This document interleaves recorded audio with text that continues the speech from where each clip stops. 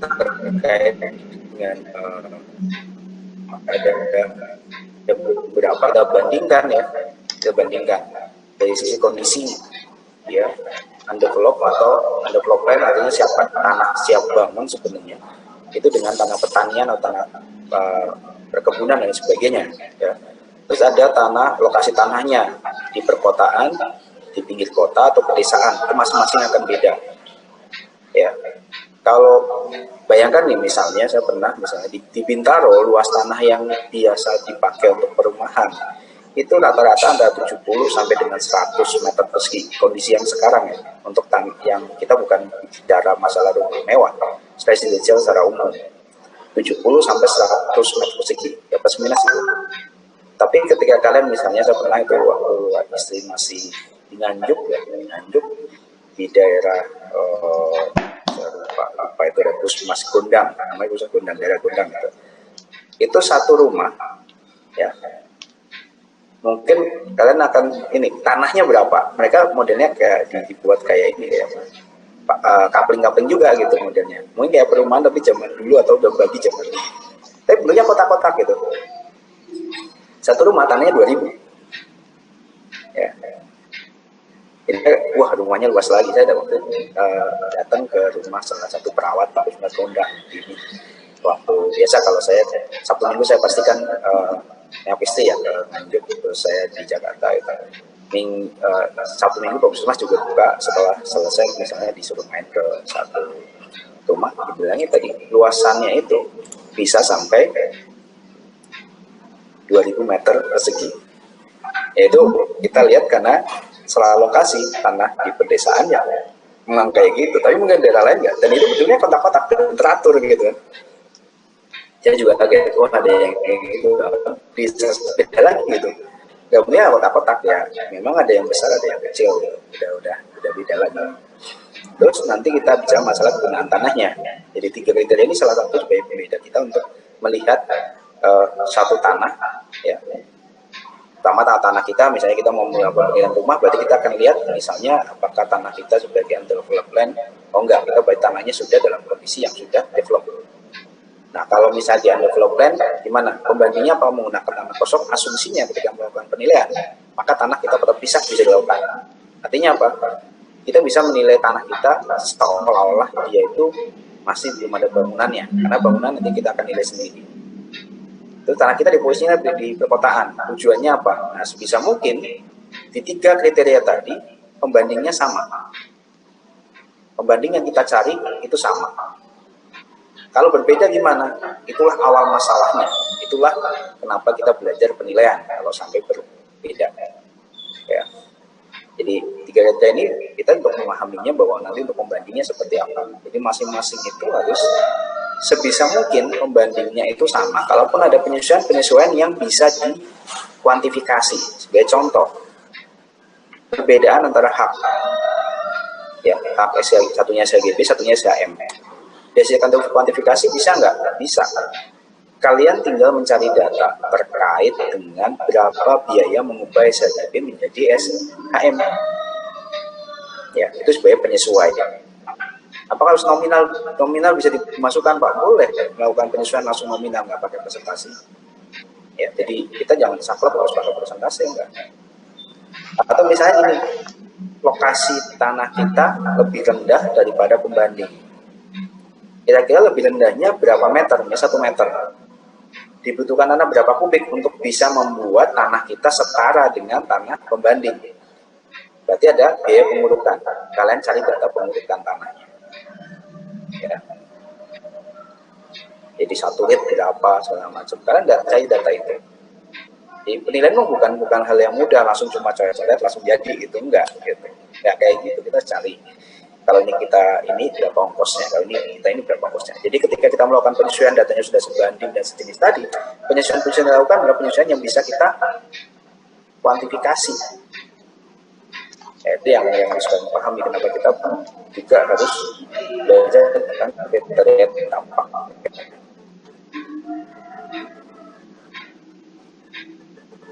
Ini secara terkait dengan tanah, salah satunya kalau kita melihat adalah ada dikenal land and other improvement atau LOI ya, di sini nggak bisa juga. Jadi kita melihatnya terkait dengan sistem drainasinya seperti apa dan sebagainya. Kalau misal kita punya pembanding yang sistem drainasinya bagus, itu jalan masuknya seperti apa, ya, aksesnya seperti apa, kita mulai bicara masalah nanti membandingkan antara aset kita dengan pembandingnya. Dan lagi terkait dengan penilaian real estate, maka ketika kita bicara melakukan penilaian ini adalah mengumpulkan data digunakan untuk mengidentifikasi penggunaan terbaik dari suatu tapak. Ya, biasanya memang dalam pembelajaran awal kita nggak terlalu sampai dengan HBU yang secara utuh, ya, artinya membuat suatu analisa HBU yang komprehensif, kita bilang komprehensif, tapi hanya singkat saja. Ya, singkatnya saja beberapa halaman. Komprehensif kita langsung bikin macam kayak line development analysis, ya, melihat membandingkan antara satu jenis penggunaan dan penggunaan yang lain, kita bandingkan. Ya, kalau misalnya seandainya ini kita mau bangun sebagai rumah sakit, satunya sebagai apa, itu bandingkan kondisinya. Kita nggak melakukan itu, belum sampai ke sana. Mungkin nanti ke depan bisa, ya, ke depan bisa.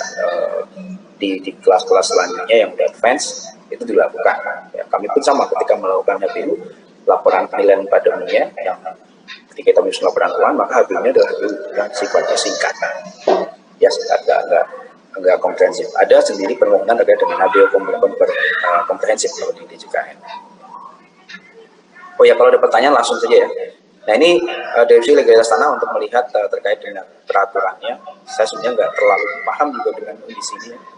Jadi di sana ada 3 metode dengan match and bond, rectangular system, lot and block system, dan bisa nyari di beberapa di Google untuk terkait dengan ini. Tapi intinya adalah pembagian tanah. Jadi ketika mereka menentukan tapak di beberapa kota, kalau kalian lihat di Google Map, cara mereka untuk membuat tapak-tapak itu ada bagian dari planologi, ya. Dia ada kalau di kota tertentu ada yang sifatnya rektangular, ada yang sifatnya blok-blok, ya. Kalau di Amerika misalnya ya blok dan sebagainya. Coba lihat, kalau kalian mau lihat kota yang teratur, ya, coba lihat di Canberra. Kotanya itu arsiteknya bukan arsitek bangunan, tapi arsitek kota. Ya, kotanya tetap rapi. Oh, ini pusat pemerintahan. Dan garis lurus ada lagi pusat apanya. Garis lurus lagi di sekitar situ ada government area, di mana lagi universitas, di mana lagi nanti dia komersial. Ketika mereka membangun, sifatnya juga kelihatan, ya. Nah, ini cuma metodologinya saja kalian untuk informasi kalian. Jadi kalau Indonesia saya nggak bisa mengatakan pakai apa, ya, karena rata-rata kita ya semau warganya kadang, karena kan kalau di Jakarta misalnya ya tergantung tuan tanah yang dulu orang Betawi misalnya, ini bukan di sekitar satu suku tertentu, ketika mereka saya mengamati ketika mereka punya tanah luas gitu, lucunya saya nggak tahu lucu apa enggak nih, intinya ketika mereka misalnya ada acara mau bikin suatu apa gitu, mereka jual tanahnya sedikit demi sedikit gitu. 100 meter persegi dijual untuk apa, naik haji misalnya, 100 meter lagi terjual. Jadi akhirnya petanya ya jadi sesuai dengan penjualannya tadi. Maka lihat di kampung-kampung rata-rata nggak teratur, ya, untuk jalan dan sebagainya, masuk dan sebagainya. Jadi pada akhirnya nanti aksesnya jadi nggak jelas, karena tadi penjualannya sebagian, ya, tidak ada perencanaan yang matang. Ketika saya menjual tanah yang bisa jual ada akses apa enggak, aksesnya seperti apa, nggak terbentuk dengan sendirinya kalau soal Indonesia, ya, terutama di kota-kota yang saya lihat. Soalnya untuk yang perumahan Bintaro dan sebagainya, dia memang dari awal sudah direncanakan. Tapi kalau lihat misalnya yang saya sampaikan di Canberra, mereka itu pembangunan zona untuk residensial itu nggak asal. Oh di sini gitu. Itu pun juga karena mereka itu punya, di sana tidak ada kepemilikan. Bank SHM itu nggak ada, di Australian Capital Territory nggak ada. Jadi modelnya 99 tahun kepemilikan, setelah itu balik ke negara minta izin lagi gitu. Jadi modelnya tidak ada kepemilikan. Nah, itu pasti masing-masing daerah punya aturan sendiri. Nah, ketika kalian melihat ini, maka kalian melihat antara tanah dengan tanah lain aturannya sama apa enggak, rule-nya sama apa enggak. Makanya lebih senang kalau kita melakukan penilaian tanah, pembandingnya jangan luar kota, ya dalam satu kompleks itu, dalam satu zona itu, dalam satu radius itu, ya radiusnya berapa Pak? Ya nggak ada hal yang pasti, ya. Misalnya ada beberapa teman melakukan penilaian tanahnya itu di satu pulau.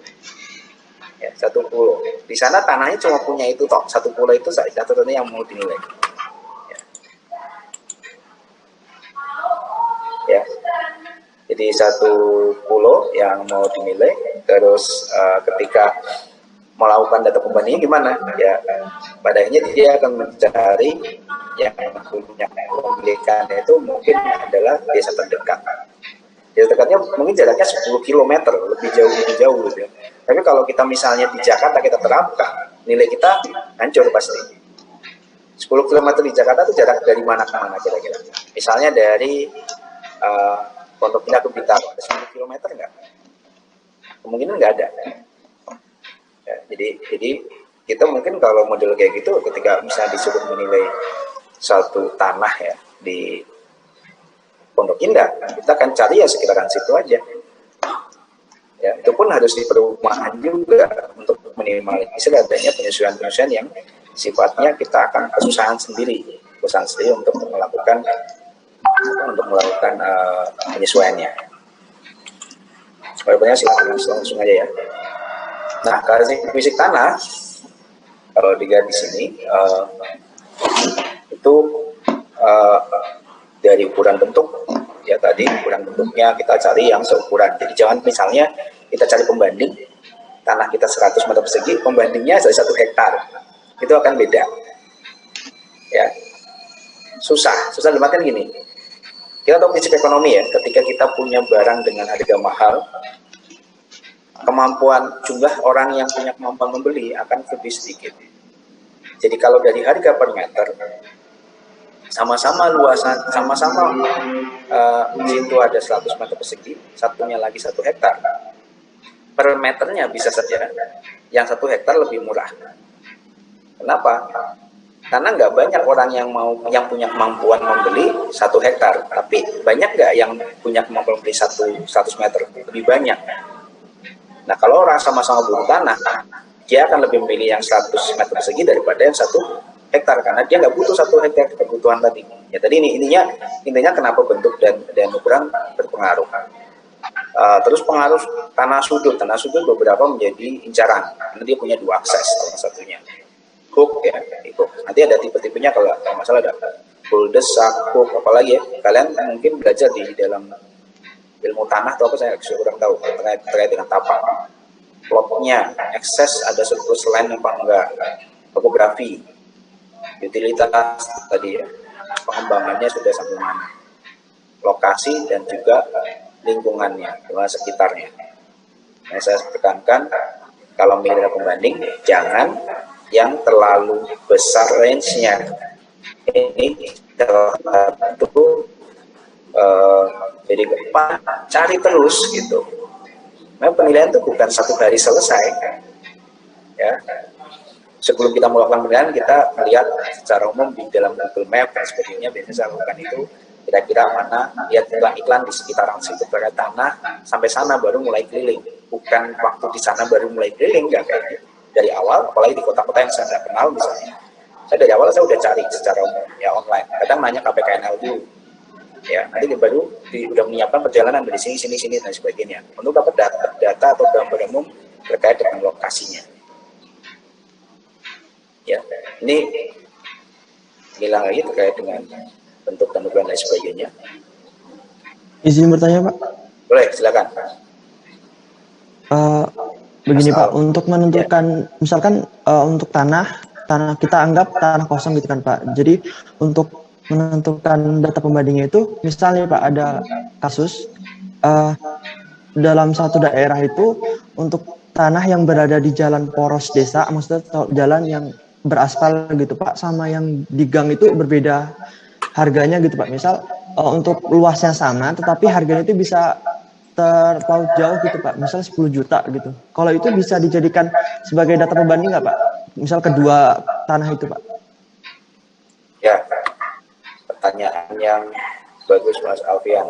Jadi ya, ketika kita bicara masalah Afan Pak. Oh, Mas Afan ya, sorry. Iya Pak. Jadi ketika kita bicara masalah pembanding tadi ya, sepanjang kalian punya data untuk penyesuaiannya, jadi itu bukan masalah kita bisa atau enggak gitu ya.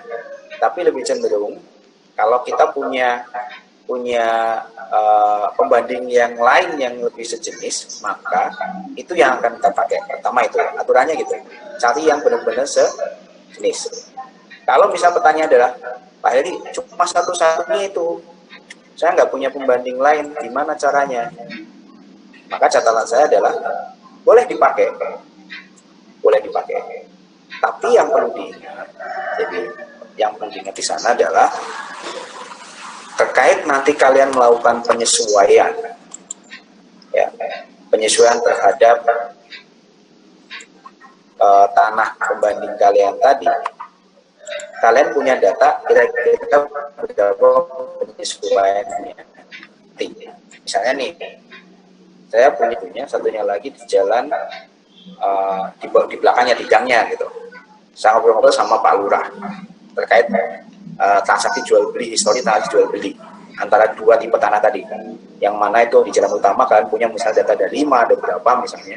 Ini memang kita nggak boleh statistik secara utuh ya. Ada 5 yang di ini, terus ada lagi yang dijual di gang itu ada 10 misalnya. Kita rata-ratakan tadi antara harga yang ini per meternya berapa, yang per meter berapa. Sepanjang itu kalian bisa dapatkan, maka itu mendukung kalian untuk melakukan penyesuaian. Setelah itu kalian lihat perbedaannya sekitar sekian persen. Harga tanahnya kalau dia di jalan provinsi naik sekian persen daripada yang di jalan poros desa sama yang di gang naik sekian persen. Maka kalian bisa melakukan itu sebagai penyesuaian. Dengan catatan tadi, catatannya apa? Tidak ada ya secara umum histori transaksi di tanah yang kalian mau nilai. Kalau kalian punya data transaksi untuk model-model yang dalam satu jalan poros, ya ngapain saya harus nyari pembanding yang di gang? Ininya itu. Kalau terpaksanya nggak ada gimana? Melakukan wawancara dengan kepala desa, dengan apa perbedaannya seperti apa, bisa dibandingkan salah satunya, ini salah satunya ya, misalnya dengan NJOP-nya dibandingkan perbedaannya berapa persen gitu kan, sebagai contoh. Jadi tidak harus bahwa nggak bisa dipakai gitu, nggak kayak gitu, tapi sebisa mungkin ketika kita melakukan penilaian di jalan poros, cari datanya di jalan poros, karena kalian ketika sama-sama jalan poros, penyesuaiannya berapa nanti terkait dengan lokasi tadi atau aksesibilitasnya 0%. Ya, kita sama-sama jalan poros.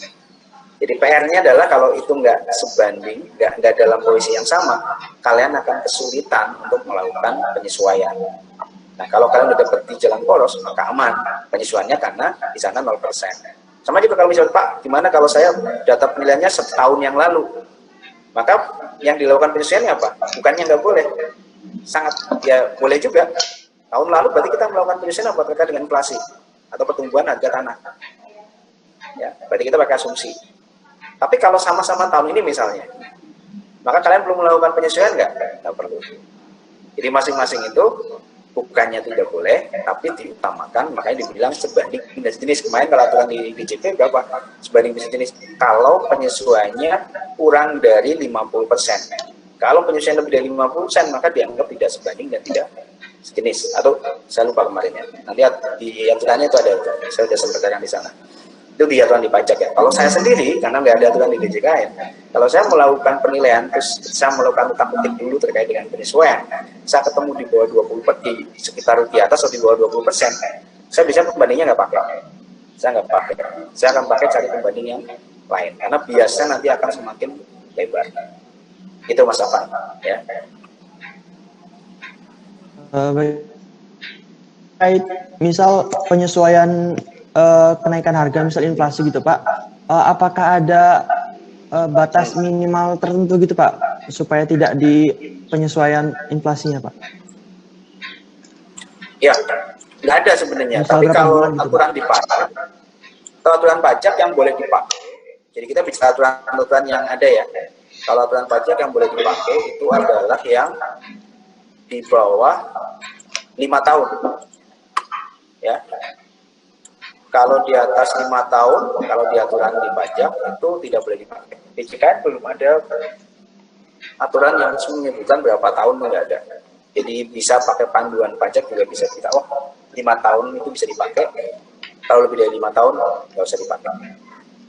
Ya. Berarti kalau misal di bawah 1 tahun gitu Pak, apakah harus dilakukan penyesuaian terhadap inflasinya Pak? Ya, kalau di bawah 1 tahun, coba lihat di sana terkait dengan lonjakannya. Saya nggak bisa bilang bahwa tidak disesuaikan atau disesuaikan. Beda bulan aja untuk misalnya adanya suatu perubahan isu, misalnya gini, paling gampang nih, apakah 1 bulan bisa disesuaikan? Bisa ya, bisa enggak. Sebagai contoh, pembangunan tol. Pembangunan tol diputuskan nanti ada pintu tol di satu tempat. Tahu di bulan sebelumnya itu belum ada keputusan itu, ya belum ada keputusan itu. Ketika kita melakukan penilaian ada keputusan itu, jadi itu bisa dilakukan penyesuaian juga. Tapi umumnya, kita bicara umumnya, kalau dalam 1 tahun biasanya tidak dilakukan penyesuaian, ya kecuali ada kondisi khusus. Kita bicara umumnya ya, kita bicara. Baik Pak, terima kasih banyak Pak. Oke, makasih Mas Afan. Yang lain silakan. Pak izin bertanya Pak. Oke, siapa nih? Yang cewek dulu ya. Iya Pak.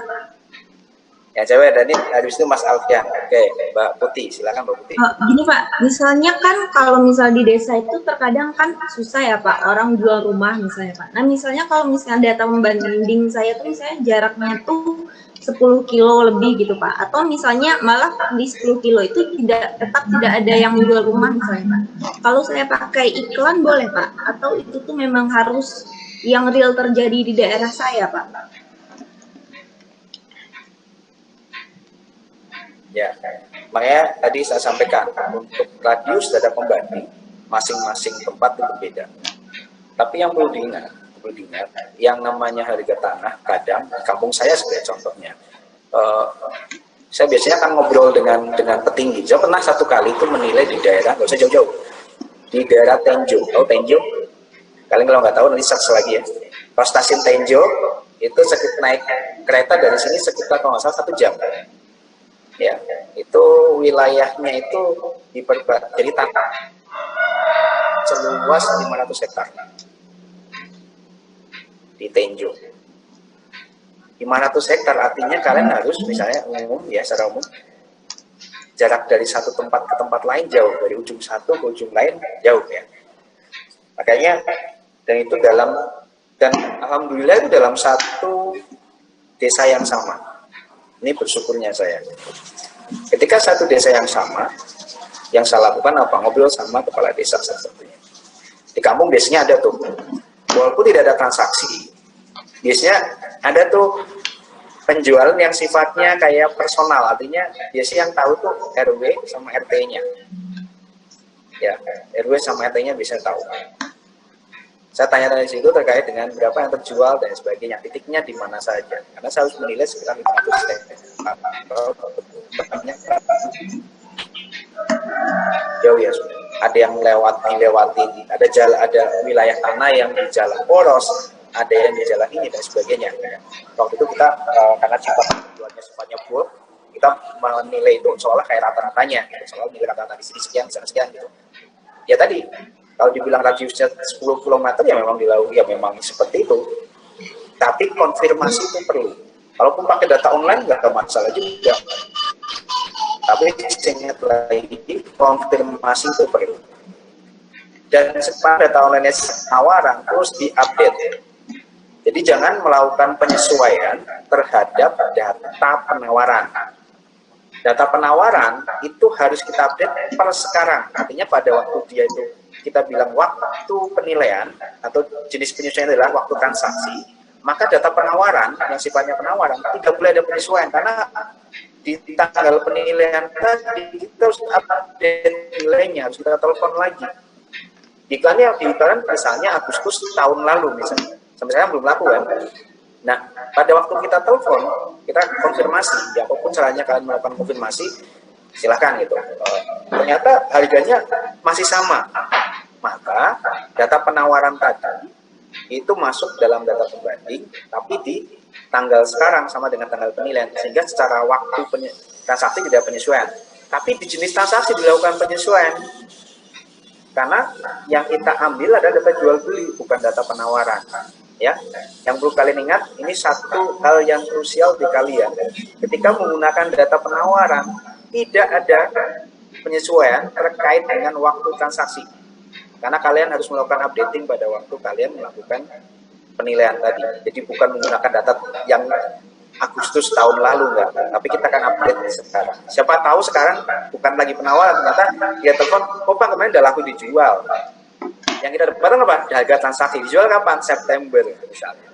Nah, pada waktu beliau menyebut September, maka kita langsung berpikir, oh ada penyesuaian terkait dengan waktu transaksi. Nah, tadi kalau pertanyaannya berapa radiusnya, saya udah dari awal udah singgung, radiusnya kan beda-beda. Kalian lebih paham terkait dengan apa kondisi di tempat kalian, ya, yang itu. Makanya nanti yang saya kritisi itu bukan masalah berapa besar penyesuaiannya, tapi kalian menggunakan apa untuk menentukan besaran penyesuaiannya, ya. Jadi kalau misalnya tadi, oh saya menggunakan data inflasi, saya menggunakan data dari kelurahan, itu yang ingin saya lihat. Karena ketika kalian nanti fight, ya terkait dengan apa, mempertahankan nilai kalian, yang kalian nanti juga penilaian yang lain juga. Itu nanti kenapa saya buat nanti ada penugasan yang simpel tadi. Nanti dua tim ini akan memiliki satu aset yang kemudian akan sama. Sudut pandangnya pasti akan beda. Jangan kong kali kong tapi ya, nanti nanti kayak gini aja, nggak boleh kayak gitu. Kalian harus, yang saya nilai itu bukan benar salahnya loh, diskusinya, ya diskusinya. Jadi bukan itu benar, itu saya yang benar itu saya kasih nilai tinggi itu yang salah, saya kasih nilai enggak. Tapi diskusi kalian mempertahankan argumen kalian mana yang ini dan lain sebagainya. Masalah keaktifan, penugasan ini masalah keaktifan kalian. Jadi dia perlu keadaan Pak Amin nanti terkait dengan menentukan, memang penting banget menentukan pembantu itu penting banget. Ya. Ini salah satu, dan ini pengalaman akan sangat berpengaruh. Pengalaman akan sangat berpengaruh.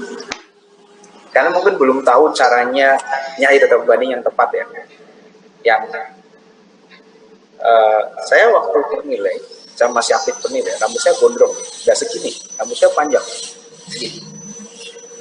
Tahu nggak cari data pembanding yang paling gampang? Di warung kopi atau nongkrong di mana lah? Jadi kita berakting ya kayak kita itu kayak maklar atau seseorang yang nyari tanah. Makanya kalau ditanya, Pak ini pekerjaan penilaian yang paling berat di mana?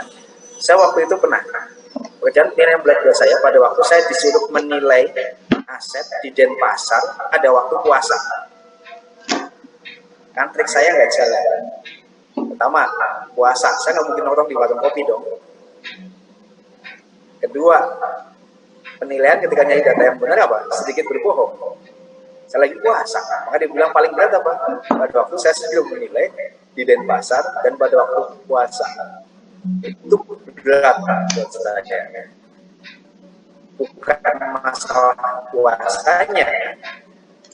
Karena suka nongkrong siang-siang untuk nyari data. Nggak mungkin kan nongkrong di warung kopi, Pak, nggak saya puasa. Ngapain kesini gitu. Jadi nggak ini. Itu kalian perlu teknik dalam menentukan data pembandingnya. Jadi tadi ya Mbak, saya nggak apa data online boleh silahkan.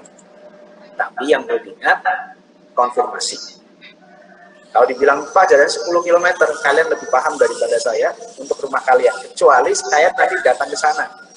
Ya, baru mungkin kita bisa sama-sama paham. Tapi kondisi yang sekarang karena petugasnya ini, kalian pasti lebih paham terkait dengan rumah kalian daripada saya. Kalian lebih datang karena tanah di tempat kalian daripada saya. Kecuali kalian nanti ada yang rumahnya di sekitaran Ceger.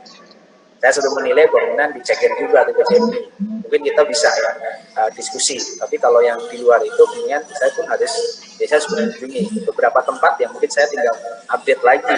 Yang pernah saya kunjungi, penilaian di daerah ini, dan sebagainya. Oke, makasih Mbak Putih ya. Jadi data online boleh dipakai. Yang lain, ini kita banyak ngobrol nggak Pak? Banyak aja. Bertanya Pak. Boleh, Mas Alfian, silakan Mas Alfian. Dalam prakteknya pas penilaian itu bisa nggak Pak? Misal dalam suatu perumahan di komplek itu kita nggak usah melakukan penilaian lagi pada suatu perumahan itu karena data pembandingnya itu tetangga-tetangganya kan sama jenisnya kalau perumahan. Jadi kita pakai data dari perumahannya itu aja Pak. Gimana Pak? Oke, ini yang saya bilang penilaian yang sifatnya homogen. Ya, tetap kita kan di sana disuruh melakukan penilaian. Maka metodenya yang kita harus sesuaikan. Ketika ketemu data penilaian yang sifatnya homogen, karakteristiknya itu sama. Karakteristiknya sama. Artinya dia perumahan-perumahan yang memang udah settle, modelnya sama, luas tanahnya nggak sedikit berbeda gitu kan. Atau mungkin beberapa juga sama. Maka sebenarnya boleh saja melakukan pembandingan data pasar. Walaupun pada akhirnya nanti Anda tidak melakukan penyesuaian. Karena ini, biasanya perumahan walaupun modelnya sama, ada beberapa yang memang luasannya berbeda untuk tanahnya. Maka penyesuaian yang lakukan cuma penyesuaian di tanah. Modelnya sama dan sebagainya, tapi beda dibangunnya. Maka kalian akan menentukan penyesuaian terkait dengan tahun pembangunannya. Jadi boleh, tapi tetap menggunakan metodologi yang sudah disediakan, pendekatan yang disediakan. Apa? Data pasar. Pada akhirnya kalian menemukan penyesuaiannya nol semua, yang nggak ada masalah. Itu yang harus di ini ya. Tapi transaksi jual beli ya, bukan pada waktu dia membeli gitu. Pak, saya melakukan penilaian ini Pak, rumah saya nih, misalnya. 4 deret di rumah saya itu semuanya belinya sama, berapa? Semuanya 100 juta ya, itu sama developer misalnya, 1 juta misalnya. Saya melakukan penilaian sekarang, saya nggak boleh pakai 1 juta itu semua. Ya boleh aja sebagai data pembanding. Cuma nanti penyesuaiannya nol, kalau memang nggak ada yang perlu dibandingkan. Tapi kalau ada yang perlu dibandingkan, misal rumah sebelah pagarnya diperbaiki, rumah kita enggak, yang kita mau nilai, pasti ada penyesuaian. Rumah yang sebelah lantainya dinaikin karena takut banjir, kita enggak, maka kita lakukan penyesuaian. Itu yang saya sampaikan, tetap dibandingkan, tapi ya tetap menggunakan pendekatan yang diperbolehkan. Kita nggak bisa bikin pendekatan yang baru berdasarkan wawancara toh, karena kita sebagai penilai tentunya pada standar penilaian Indonesia di SPI cuma mengenal 3 pendekatan, biaya, pendapatan, dan data pasar. Itu Mas Alfian ya, boleh saja tapi kita kerjanya tetap dibuat ya. Pak, mau nanya satu lagi Pak, misalkan di perumahan itu waktu pembeliannya itu katanya ada perjanjian pembalikan namanya itu diurus oleh perumahan, tapi sampai beberapa tahun perumahan itu nggak ngurus pembalikan namanya. Habis itu status tanah perumahan itu semua perumahan di sana itu nggak jelas Pak. Nah, sebagai penilai itu solusi buat menilai perumahan tersebut gimana Pak tanpa ada status kepemilikan tanahnya Pak? Oke, ya. Pertama, yang terkait dengan tapak ya, pasti dia ada sertifikat induk dulu. Ya. Kalau pembandingnya digunakan adalah pembanding dalam satu perumahan tadi, maka tidak ada penyesuaian. Karena semuanya masalahnya sama. Tapi kalau Mas Alfian menggunakan pembanding di tempat lain, maka Mas Alfian harus menggunakan penyesuaian. Karena yang tempat lain nggak bermasalah, punya kita bermasalah enggak? Iya, punya kita bermasalah. Artinya punya kita nanti ada biaya yang dikeluarkan mungkin.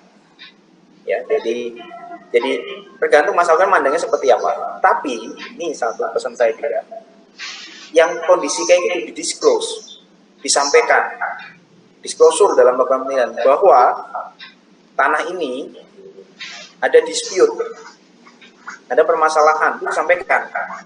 Ya, permasalahannya apa terkait dengan tanah belum dipecah, misalnya sertifikatnya biasanya belum dipecah Mas Alfian biasanya ya, belum dipecah. Kalau balik nama mah gampang, Baik nama kalau kita punya ICB ke notaris gampang ya. Tapi kalau dia belum dipecah kan prosesnya adalah agak susah nih ya. Nah itu yang mungkin akan dilihat. Jadi ketika bilang, oh ini belum dipecah, selama Mas Alfian menggunakan data pembanding dalam satu perumahan, maka penyesuaiannya nggak ada. Tapi permasalahan tadi tetap dicatat di dalam laporan penilaian, di narasi dicatat terkait permasalahannya dan sebagainya. Pasti ada sertifikat induk, pasti ada hak, ya pasti ada haknya, nggak mungkin nggak ada haknya. Alas haknya kalau mau bangun biasanya ada, cuma tinggal dipecah apa enggak. Itu Mas Alfian. Mungkin saya nggak tahu detail kondisinya, tapi melihat permasalahan-permasalahan di lapangan rata-rata kayak gitu. Model yang belum dipecah, ya. Nah, kalau cuma belum balik nama, even perumahan saya dulu juga belum balik nama, saya baru namakan saja gitu. Karena ada AJB dan sebagainya bisa. Masalahnya belum dipecah, ini yang belum dipecah biasanya bermasalah memang. Mungkin itu Mas Alfian. Baik, terima kasih Pak. Ya. Izin bertanya Pak. Ingin bertanya lagi. Oke, boleh Mbak Putih. Mbak Putih mau siapa lagi tadi? Yang sebelumnya ada cewek lain lagi kayaknya.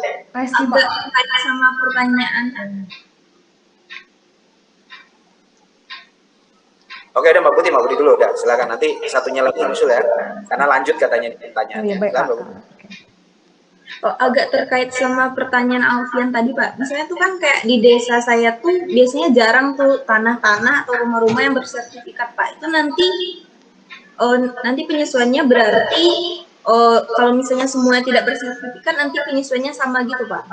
Atau di penyesuaiannya nanti dibuat seolah-olah itu nanti harus pakai sertifikat seperti ini gitu, nanti penyesuaiannya seperti itu Pak.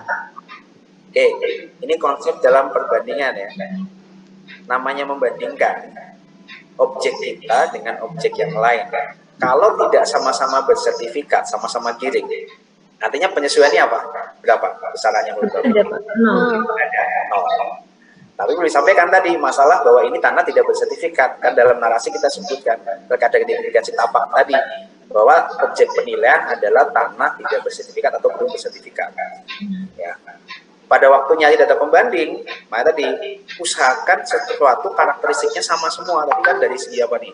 Bayangan dari segi ukuran bentuk, pengaruh, terus utilitas, sampai dengan legalitasnya juga diusahakan sama. Ya, kalau tidak sama, artinya dilakukan penyesuaian. Misalnya tadi, Pak, di kampung saya semuanya nggak bersertifikat. Ya aman, berarti penyesuaiannya nol untuk masalah jenis pemilikan. Tapi kalau pembandingnya kita pakai yang sudah SHM, maka perlu disesuaikan. Tanah kita pasti lebih murah daripada yang sudah SHM. Nah, itu ya Mbak Putih ya. Iya baik, terima kasih banyak Pak. Tadi siapa yang mau nanya? Saya Pak.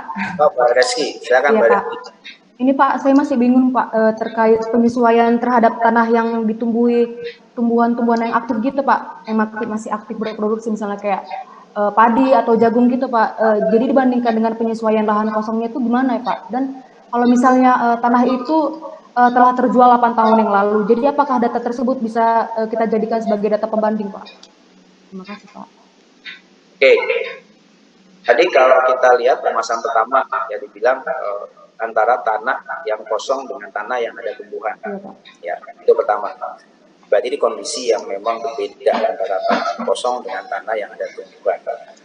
Kalau terpaksanya memang harus disesuaikan, maka kita lihat ya, biasanya kalau nggak salah, kalian coba cari-cari terkait dengan, saya nggak yakin pasti, tapi ada nilai standar untuk tumbuhan kalau nggak salah dalam peraturan di UPERA. Saya udah lama nggak menilai, jadi saya nggak nyari-nyari aturannya ya. Itu ada, bahkan tuh kalau nggak salah, ini bayangan saya itu kalau misalnya di atas tanahnya itu dia ada pohon singkong. Pohon singkong setahu saya dulu pernah baca aturan tahun 2015. Itu pohon singkong itu harganya satu pohon itu 5.000. Jadi kalau misalnya kita melakukan penyesuaian, yang satu dia tanah kosong, yang satu dia itu tanah kebun singkong, tinggal dihitung penyesuaian ada berapa pohon singkong yang ada di sana. Penyesuaian nominal nggak apa-apa. Sekali lagi, penyesuaian yang nominal tidak apa-apa, bukan pakai persentase. Jadi, tapi kalau tadi misalnya nih, penyesuaiannya antara rumah yang siap, tanah yang siap bangun dengan tanah sawah. Ini harus hati-hati. Yang kita sesuaikan itu tidak cuma masalah tanaman padi di atas sawah tadi. Tanah sawah karakteristiknya itu beda dengan tanah perumahan. Tanah sawah itu bumbu dan sebagainya. Ya. Maka biasanya ketika dia mau membuat perumahan di atas sawah, ada biaya ekstra, pemadatan dan sebagainya. Biayanya kita capture tadi. Nah, tadi bilang kalau saya mau nimbun sawah berapa biayanya? Berarti saya harus nyari terkait dengan biaya-biaya untuk menimbun sawah tadi sampai padat sampai bisa saya bangun. Itu sebagai penyesuaian, Rizky. Ya, itu pertama terkait dengan tanaman. Setahu saya memang ada penyesuaiannya. Nanti ada jati, misalnya per meternya berapa. Ya kita Kalau mau detail memang seperti itu. Makanya tips dari saya tadi dari awal ya, bahwa cari pembandingnya yang sejenis. Karena kalian nggak akan berhadapan dengan tadi. Tapi seandainya berhadapan dengan tadi, harus ada dasarnya. Misalnya, beberapa daerah itu punya, kalau dia mau memang sebagai satu perkebunan ya, atau misalnya kalau saya ada punya teman dulu kalau masalah itu di Lampung dia punya tanah di mana di dalam tanahnya itu ada sengon atau apa ya, pohon sengon ya, pohon sengon. Dan saya nyari datanya gimana? Saya cari data pohon sengon kalau usia segini berapa di pasaran. Ada. Ternyata ada. Ya. Maka saya lakukan penyesuaian apa? Dengan harga pohon sengon tadi. Yang lalu tanah kosong, yang lalu pohon sengon. Waktu itu karena memang cuma ada transaksi terkait itu toh. Itu pertama. Jadi kalian cari kalau misalnya dia sifatnya tanaman-tanaman yang dibudidayakan secara ini, pohon jati, sengon, jati kebun segala macam. Dia punya pasaran, usia berapa dia punya pasarannya. Semua dicari. Saya juga ketemu pohon jati sekian tahun dia akan per batang ditawar sekian tuh ada. Pohon sengon sekian tahun ada penawarannya. Pohon apa sekian tahun ada penawarannya. Itu yang harus diperhatikan ya. Jadi harus dilakukan penyesuaian. Itu pertanyaan pertama. Pertanyaan kedua, data 80 tahun yang lalu. Seperti tadi, standarnya kalau di DJKN nggak ada. Nggak ada yang bilang harus apakah boleh 10 tahun yang lalu atau apa, dan sebagainya, nggak ada. Tapi di pajak ada pembatasan. Pajak itu pembatasannya 5 tahun atau 3 tahun yang saya lupa. Nanti ada di SE-nya itu ada kalau nggak salah di aturan saya itu. Baca lagi, kalau nggak salah 5 tahun atau enggak 2 tahun saya lupa. Itu nggak bisa dipakai lagi. 2 tahun atau 5 tahun saya lupa. Nanti coba dibaca lagi. Itu nggak boleh dipakai lagi. Artinya kalau saya punya data 8 tahun, terus ada aturan 3 tahun atau 2 tahun atau 5 tahun nggak boleh, mending saya nggak pakai. Karena melakukan penyesuaian harga 5 tahun yang lalu terhadap tanah itu berat. Inflasi itu tidak mewakili kenaikan harga tanah. Coba aja, ya. Kalian selidiki aja inflasi misalnya di Mbak Reski tadi, Mbak Reski di mana? Medan, di mana? Mbak Reski? Iya Pak, Medan Pak. Nah, coba lihat inflasi Medan 5 tahun lalu di berapa persen sampai dengan sekarang, artinya sekian persen kali sekian persen kali sekian persen kali sekian persen itu ya modelnya. Terus dibandingkan dengan kenaikan harga tanah 5 tahun lalu itu beda, jauh banget. Makanya itu cuma sebagai parameter data apa ya bilangnya kontrol variabel saja, tapi saya juga jarang pakai penyesuaian sampai 5 tahun yang lalu. Kenapa berat nanti kalau sampai berhadapan dengan pemeriksa, berhadapan dengan Itjen, berhadapan dengan BPK untuk menjawab kenapa dipakai nilai sekian. Itu ya, jadi boleh saja dipakai, tapi listeningnya harus kuat. Kalau saya jangan menggunakan data inflasi sebagai pegangan. Pasti saya akan nyari data yang lain. Misalnya apa? Iklan properti di masa lalu. Perumahan ini waktu itu dijual berapa? Perumahan ini waktu itu dijual berapa? Perumahan ini waktu dijual berapa? Itu kelihatan tuh nanti range harganya untuk yang bisa Bintaro.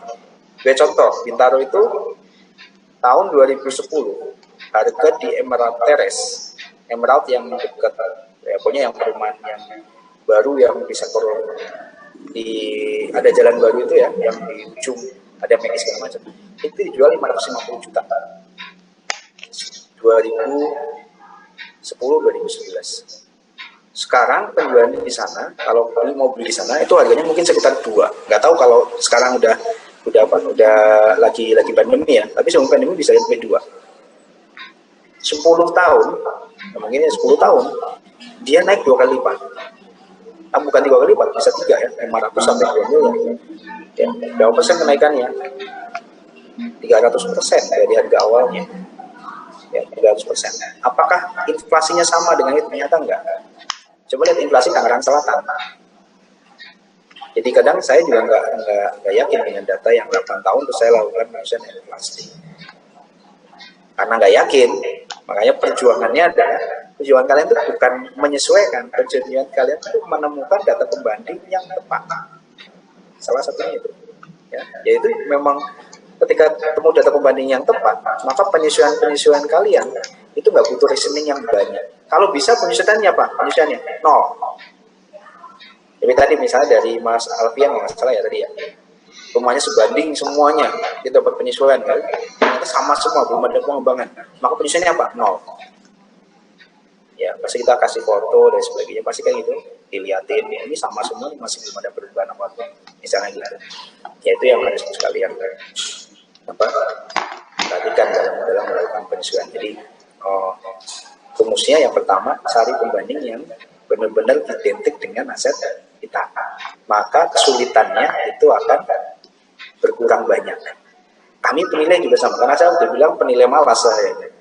Aslinya saya penilai malas dalam melakukan penyesuaian. Maka saya nggak malas dalam hal mencari data pembanding. Bahkan saya kadang jadi pembanding dulu, saya ingat banget tuh di Cirebon. Saya ke KPKNL ngobrol-ngobrol, setelah itu saya pinjam motor. Ngapain Mas? Mau keliling. Ya keliling nyari data pembanding. Karena saya nggak puas dengan data pembanding saya dapatkan lewat teman-teman KPKNL, salah satunya waktu itu kan. Ini saya keliling nyari lagi. Bukan berarti salah. Penilai kan harus yakin gitu kan, harus yakin. Ya, penilai pagi-pagi saya jalan keliling sekitaran radius sekitar 2 km dari objek, nanya-nanya. Ya tadi ngopi pagi-pagi misalnya ngobrol-ngobrol enak tuh, biasa ngopi di mana gitu, yang ngumpul tukang-tukang becak apa-apa, kita ngumpul, kita ngopi nyari. Ya kalau untuk cewek mungkin agak caranya agak beda lagi gitu, karena saya pengalaman yang cowok. Cewek juga ya bisa juga, cuma biasanya kan kalau penilai tim, maka biasanya dia tugasnya nyari data. Kalau cewek itu tugasnya lebih yang penelitian, misalnya salah rumus, ya kan, ya kita saling ini membantu lah. Makanya dibilangnya kita tim ya, tim penilaian. Jadi tadi datanya cewek sama cowok mungkin agak sedikit berbeda. Saya ceritakan yang kalau saya itu tadi di warung kopi saya dapetin data yang paling enak. Lama-kelamaan kalian akan terlatih itu ngopi. Saya kalau penilaian itu celana jeans, saya itu celana jeans tambalan pasti bawa itu. Celana jeans tambalan, kaos oblong biasa, apa saya gondrong. Saya jalan ke lokasi warung mana yang ramai, saya ngobrol di situ. Saya nggak ngerokok, tapi ngopi aja, ngobrol. Ntar tanya-tanya sama pelayan itu. Misalnya membukanya dengan, ini berkembang pesat ya. Kayaknya ngobrol-ngobrol, bisa ini ada nggak ilana yang dijual? Kadang ada sedikit bohong. Kenapa? Saya zaman dulu itu, di setiap kota saya beli SIM card baru. Ya, jadi selama di kota itu, selama melakukan penilaian, saya pakai SIM card itu. Jadi orang-orang yang tadi saya ini, saya kasih SIM card nomor saya yang tadi, yang nama saya bukan Heri, nama saya biasa siapa aja, saya nyamar. Jadi kayak entah ya, nyamar untuk nyari data, asik ya. Kata sih makanya saya suka melakukan penilaian. Ya benar-benar kita nyari datanya itu kalau enggak. Jadi jangan nanti kalau penilaian tunjukin pakai nemtek, kita dari Kementerian Keuangan saya minta datanya, enggak dikasih data kalian. Kalau dikasih datanya pasti sampah. Jadi itu Mbak Deski terkait dengan 8 tahun, kalau saya cenderung kalau tanya Pak Edi pakai nggak? Saya cenderung nggak. Walaupun secara legal formal nggak ada aturan yang menyatakan itu nggak boleh dipakai. Tapi kalau tanya ke saya secara personal, saya nggak akan pakai dari 8 tahun yang lalu. 1 tahun yang lalu mungkin saya akan pakai. 2 tahun saya pertimbangkan. Tapi kalau lebih dari itu, ya lebih dari 2 tahun, saya cenderung enggak, apalagi laporan. Ya. Baik Pak, paham Pak, makasih Pak. Ya. Izin bertanya Pak. Banyak nih, yang cowok dulu, yang cowok tadi yang pertama saya tuh. Saya Pak. Bapak, Ya. Mas Bro. Ya. Mas Bro. Ya Pak. Fadil. Iya Pak. Ya. Izin bertanya ya Pak. Apabila kita menilai suatu rumah di perumahan Pak, nah kebetulan tetangganya itu sedang menjual rumah Pak yang sama. Nah kan itu bisa dijadiin data pasar ya Pak. Nah namun setelah ditanya-tanya ternyata dia menjual rumah karena sedang butuh uang. Nah sedang itu kan membuat harga yang dijual dan nanti transaksinya jadi nggak mempunyai harga lagi Pak, karena butuh uang. Nah, setelah kita cari lagi data pembanding yang lain, ternyata di kota yang berbeda ada perumahan yang sama juga, mungkin satu developer sama, mungkin hanya berbeda 1 tahun ya Pak. Nah itu apa saat penilaian itu lebih baik kita ambil yang berbeda kota atau masukkan dua-duanya saja gitu Pak. Nanti dirata-ratakan sesuai penyesuaian. Ya, Oke. terima kasih Pak. Ini memang ini bukan saya ngajarin terkait dengan prinsip transaksi yang wajar, tapi pertanyaannya dasarnya sama kalian. Kira-kira orang yang jual rumah itu kan butuh uang atau enggak? Butuh Pak. Rumah yang dijual atau butuh uang, itu tadi dia pindah terus ada transaksi. Jadi nggak ada tuh sebenarnya kalau dibilang ya secara umum kan kita bicara di ranah teoretikal. Ada orang dia jual rumah karena nggak butuh uang. Kira-kira ada nggak? Nggak ada. Pasti kalau jual rumah, properti, pasti dia ada kebutuhan terkait dengan finansial. Ya kalau dia nggak butuh, ngapain dijual? Nah, ya. Nah, memang nanti diuji tadi datanya. Ketika Anda menemukan data yang BU tadi, coba lihat nasi sekitar kalian enggak.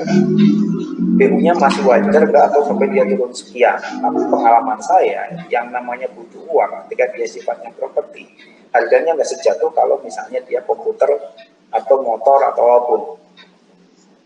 Ya. Jadi nggak sejatuh itu. Saya menemukan misalnya turun-turun kalau nggak salah yang di lingkungan saya yang pernah saya alami 10% aja nggak ada, paling 5%. Ya 5%. Jadi kalian nanti diuji data itu diuji. Ada yang butuh uang, tapi ketemu sama orang yang memang dia itu ingin beli banget gitu. Nah, tugas kita tuh bukan menyelidiki tadi ya, yang perlu diingat itu tadi. Jadi yang perlu kalian pahami adalah kita punya teori terkait dengan penjual beli yang wajar, artinya penjual beli sama-sama ada keinginan menjual dan beli, yang tidak ada ikatan, tidak ada asymmetric information, tidak ada penjualan paksaan dan sebagainya. Kita kan itu dalam dunia teori kita pegang itu ya. Tapi ketika dunia nyata pertanyaan ini gampang banget. Gitu. Apakah ada orang menjual rumah, menjual properti kalau dia nggak butuh uang? Anda jawab sendiri.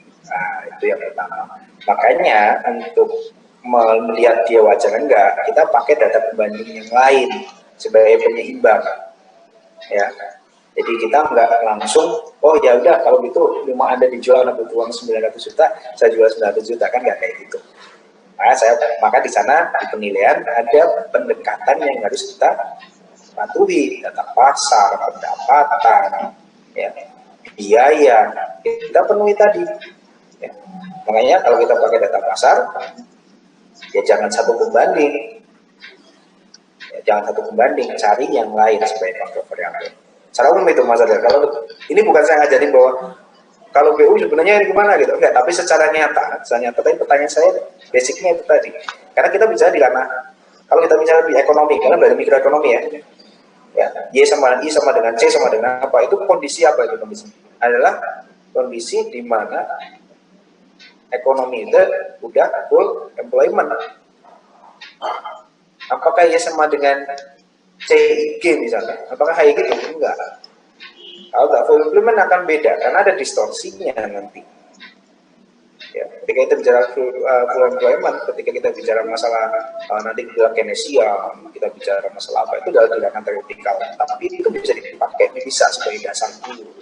Bahwa kalau misalnya sebagai teori, sebagai contoh misalnya teori tentang Y dan C, dengan Y dengan C, pendapatan dan konsumsi.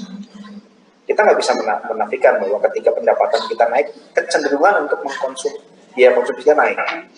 Yang dulunya, ya paling gampang kalian lah. Kalau semisal data bulanan kalian dinaikin, dulunya cuma ya minum aja, pesen paling mungkin pop ice dan segala macam. Tapi ketika kalian dinaikkan, ada pilihan lain. Minumnya apa? Chat time, ya, atau apa lagi?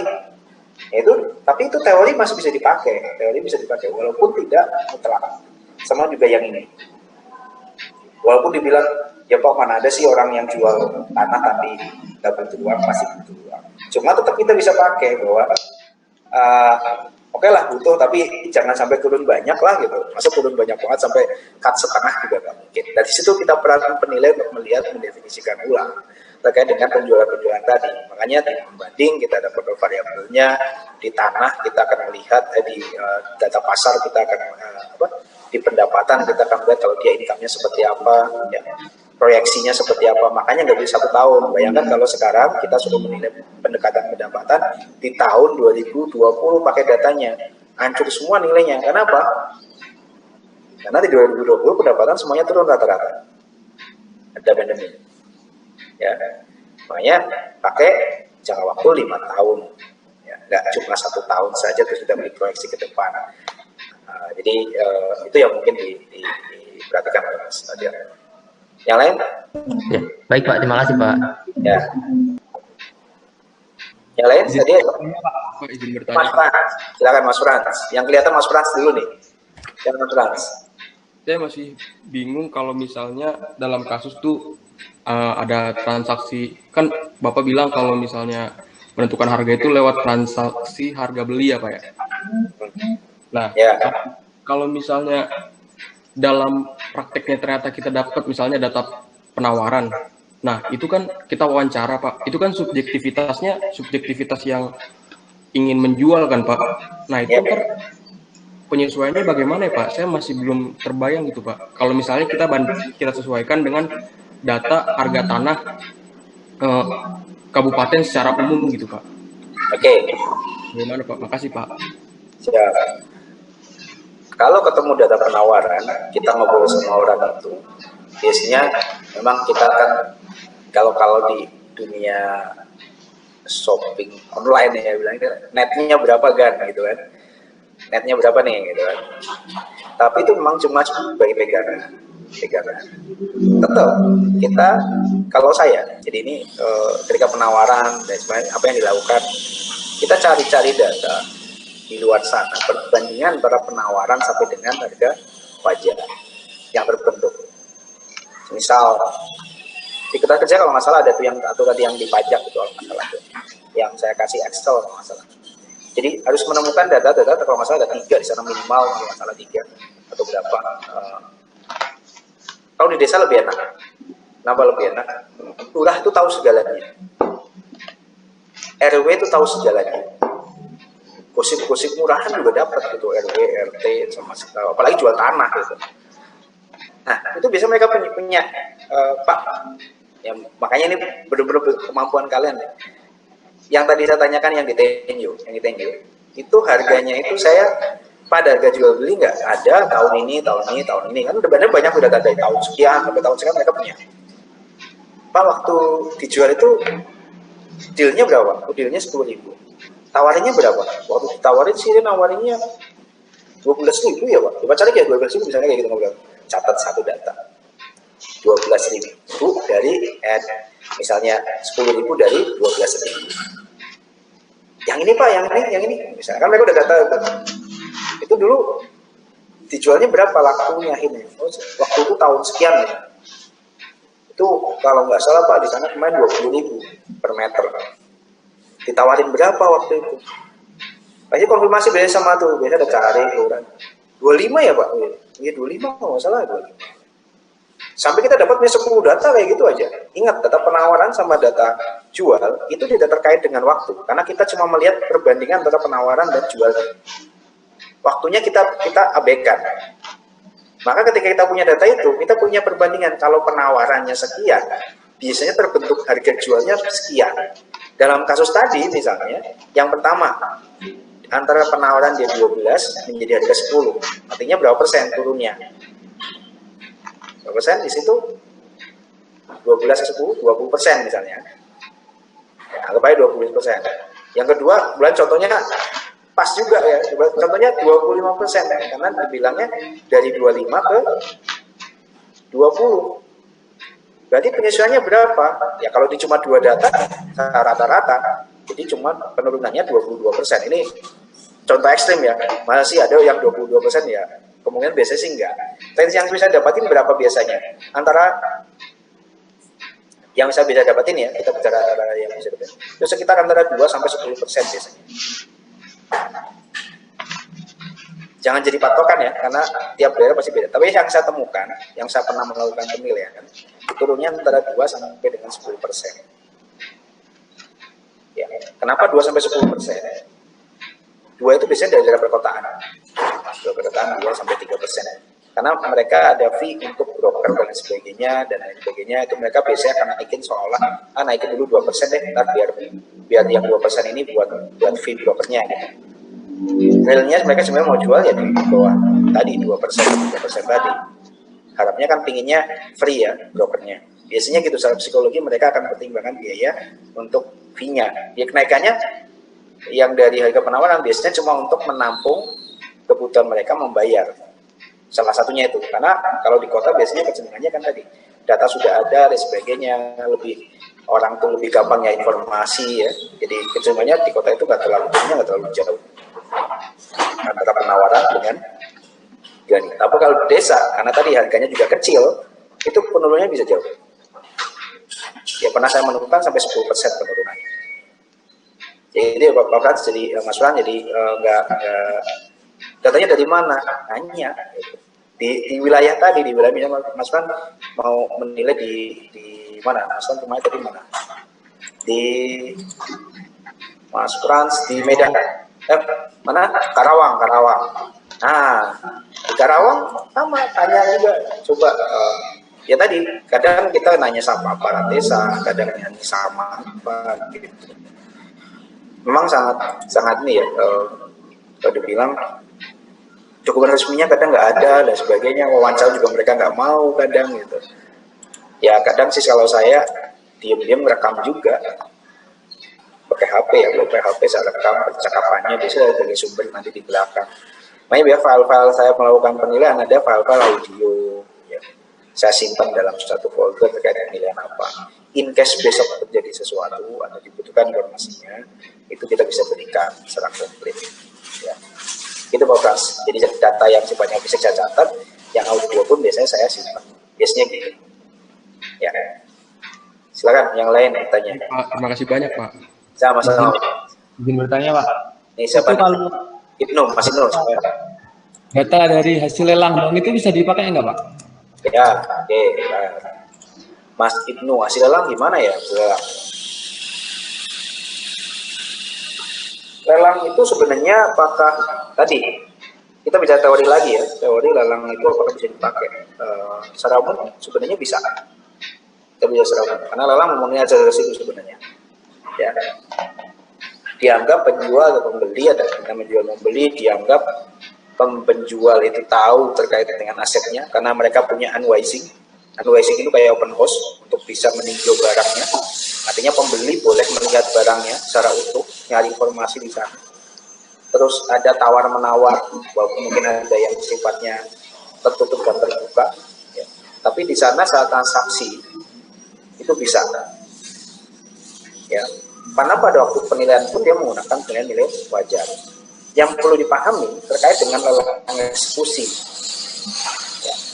Kalau lelang eksekusi saya bilang, itu ada kecenderungan. Kalau yang tadi BU kan nggak ada detail formalnya bahwa dia BU atau enggak. Tapi lelang eksekusi itu ada pemaksaan untuk menjual.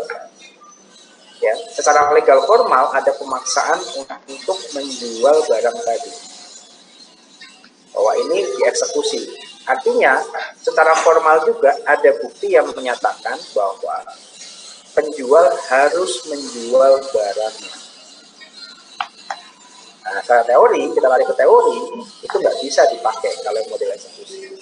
Tapi kalau sukarela gimana? Boleh dipakai. Boleh. Jadi kita, kalau tadi dibilang kalau kasusnya Mas Sobat tadi, itu bilang, Pak tapi teman saya butuh uang gitu. Tapi butuh uang tuh nggak ada legal formalnya dia butuh uang, nggak ada. Dokumen legal formalnya nggak ada. Tapi ketika dia lelang eksekusi, dia ada dokumen legal formal yang menyatakan tanah itu harus dijual. Jadi secara legal formal, untuk yang lelang-lelang eksekusi, sebisa mungkin jangan dipakai datanya. Itu Mas Ibnu. Karena ya. Kita lanjut lagi ya. Ini nanti kalau misalnya enggak ini kita sampai jam 9 nanti kalian belajar sendiri lagi. Nah, analisa boleh izin bertanya, Pak? Boleh. Ya udah, berarti nggak apa-apa. Kita tanya-tanya aja, nggak apa-apa deh. Materinya baca sendiri aja. Karena kebetulan kan rumah saya masih termasuk ke dalam komplek Perumnas gitu, Pak. Jadi rata-rata luas tiap rumah itu hampir sama. Ya. Tapi kebetulan rumah saya ini udah jadi gabungan dari 2 rumah gitu loh, Pak. Yang 2 rumah yang sebelumnya ada tetangga saya itu jual rumahnya ke orang tua, terus digabung sama rumah saya yang lama. Nah, untuk penilaiannya itu sendiri, apakah masih bisa dibandingkan dengan rumah tetangga atau perlu nyari data pembanding yang luasnya sekiranya mirip gitu, Pak? Walaupun di daerah komplek yang berbeda. Oke. Yang perlu diingat, ketika kita konsep tadi pembelajaran strategi tanah adalah kita mau menggunakan data pembanding hanya dikenal ketika kita menggunakan pendekatan data pasar. Ya.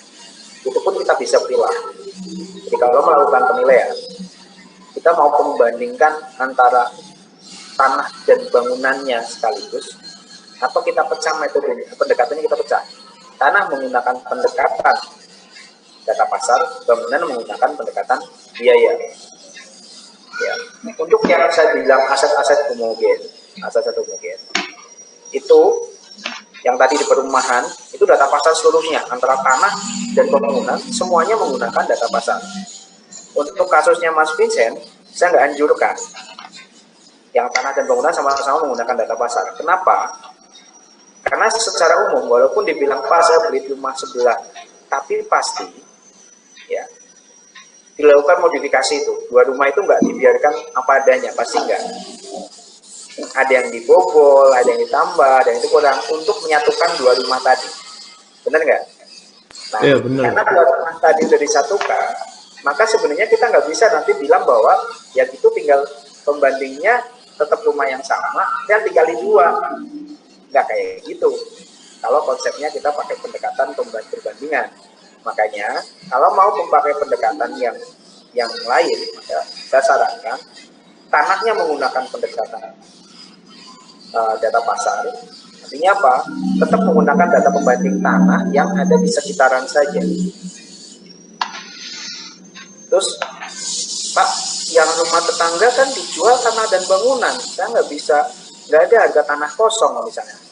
Karena sama pilah-pilahkan kayak gitu. Ada nanti metodologinya, nanti pada waktu di biaya ada namanya ekstraksi. Artinya kita nilai dulu bangunannya berapa.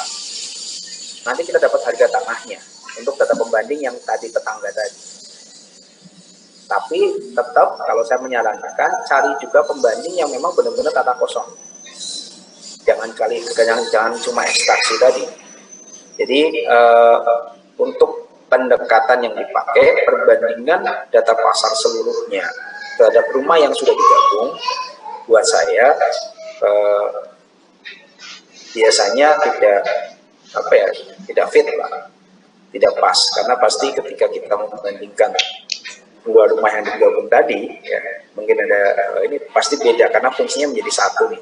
Ada beberapa bagian di tembok ini, ada diperkuat kanan kiri, tambahin apa, sehingga secara bangunan walaupun ini 2 rumah seolah tampilan depannya sama, fasadnya sama, seolah 2 rumah disatukan, tapi dalamnya udah diubah. Saya takutnya ketika kalian ini dipaksakan, nanti kalian melakukan penyesuaiannya susah. Pada waktu kalian membandingkan rumah kalian dengan dan sebelum adanya renovasi akibat penggabungan.